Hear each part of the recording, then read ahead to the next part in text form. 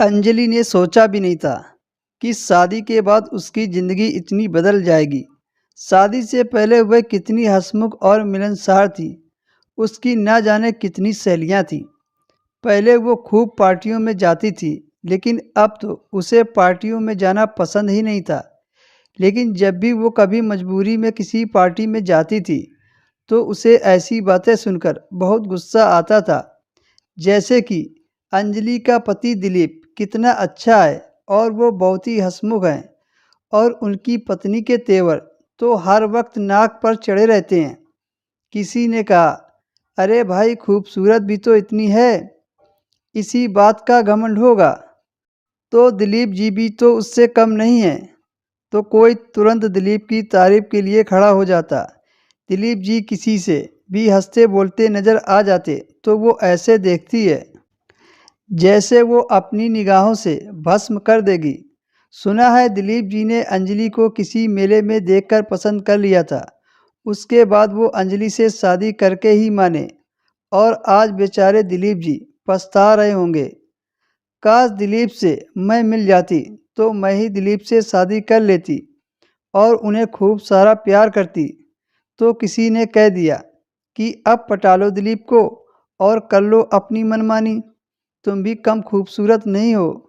अच्छा, उनकी पत्नी को देखा है? वो तो मुझे कच्चा ही खा जाएगी।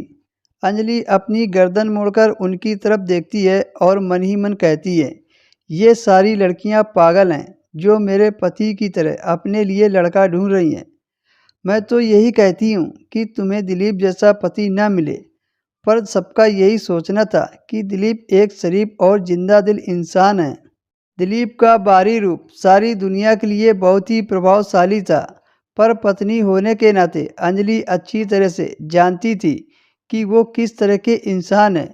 पहले अंजलि भी उन्हें बहुत अच्छा इंसान समझती थी। उसे याद है जब दिलीप की तरफ से उनके लिए रिश्ता आया था तो वो बहुत खुश हो गई थी। दिलीप घर पर अकेले रहते थे, उनका अपना घर था, शानदार नौकरी थी। अंजलि के पापा ने दिलीप के बारे में पूरी जानकारी ली, फिर अंजलि की शादी दिलीप से कर दी। दिलीप के घर में नौकरानी पहले से ही आती थी, इसीलिए अंजलि को ज़्यादा काम नहीं करना पड़ता था, पर वो खाना अपने हाथों से ही बनाती थी, जिसके चलते उसको घर पर बोरिंग नहीं लगता था। एक बार दिलीप की ममेरी बहन अंजलि से मिलने आई तो अंजलि को बहुत अच्छा लगा। उसने जोर डालकर उसे रात के खाने तक रोक लिया। दीदी की 15 साल की बेटी थी, वो बहुत ही चुलबुली थी। दिलीप भी दीदी की बातों में व्यस्त थे। फिर दीदी अंजलि के साथ रसोई में आ गई और बेटी कोमल के कहने पर दिलीप उसे छत पर ले गया। उनकी हंसी की आवाज़ें रसोई तक आ रही थी। जब खाना बन गया तो अंजलि दिलीप को बुलाने सीढ़ियों पर चढ़ी तो देखा दिलीप कोमल के कमर में हाथ डाले उससे सटकर खड़ा था। कोमल इधर उधर हाथ से इशारा करके अपनी बातें कहने में लगी हुई थी, पर दिलीप उसे अपना शिकार बनाने के लिए घूर कर देख रहा था। उस दिन से अंजलि का नज़रिया अपने पति के प्रति खराब हो गया था। दोस्तों, आगे की स्टोरी अगर आपको चाहिए तो कमेंट में ज़रूर बताएं। कहानी पसंद आई हो तो वीडियो को लाइक कर दें, शेयर कर दें।